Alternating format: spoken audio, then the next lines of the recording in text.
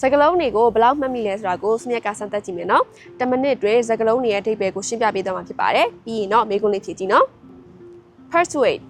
တစုံတစ်ဦးကိုတစ်ခုခုကိုလုပ်ဖို့ဆွဲဆောင်တာဖျောင်းတာမျိုးပြောတာဖြစ်ပါတယ်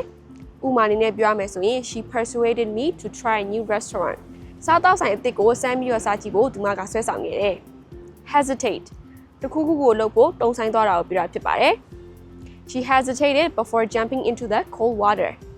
ရေအေးတဲ့ကိုမခုန်ချမီသူမတုံ့ဆိုင်းသွားခဲ့တယ် opportunity တစ်ခုခုကိုလုပ်ဖို့အခွင့်အရေး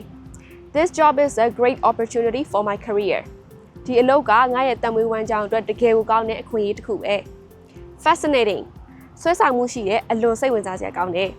The documentary about space was absolutely fascinating အာကာသအကြောင်းမှတ်တမ်းရုပ်ရှင်ကတကယ်ကိုဆွဲဆောင်မှုရှိရဲ့ appreciate တစုံတစ်ခုအတွက်အတိအမှတ်ပြုတာကျေးဇူးတည်တတ်တာ For example, I really appreciate your help with my project ငါရဲ့ project အတွက်ကူညီပြီးတော့လုပ်ပေးတာတကယ်ကိုကျေးဇူးတင်ပါတယ်ကဲဒါဆိုရင်တော့ဒီစကားလုံးလေးတွေကိုမှတ်မိလားဆိုတာကိုဖြေကြည့်ကြမယ်နော် What is the word for being thankful or showing gratitude? Comment မှာရေးခဲ့ပေးပါဦးနော်အင်္ဂလိပ်စာရောဂျပန်စာရောလေ့လာဖို့အတွက်ဆိုလို့ရှိရင် Saya app ရှိနေပြီနော်အင်္ဂလိပ်စာကို up to 30% off ဒီ promotion ရယူဖို့အတွက် promo code SM24 ကိုအသုံးပြုလိုက်ပါ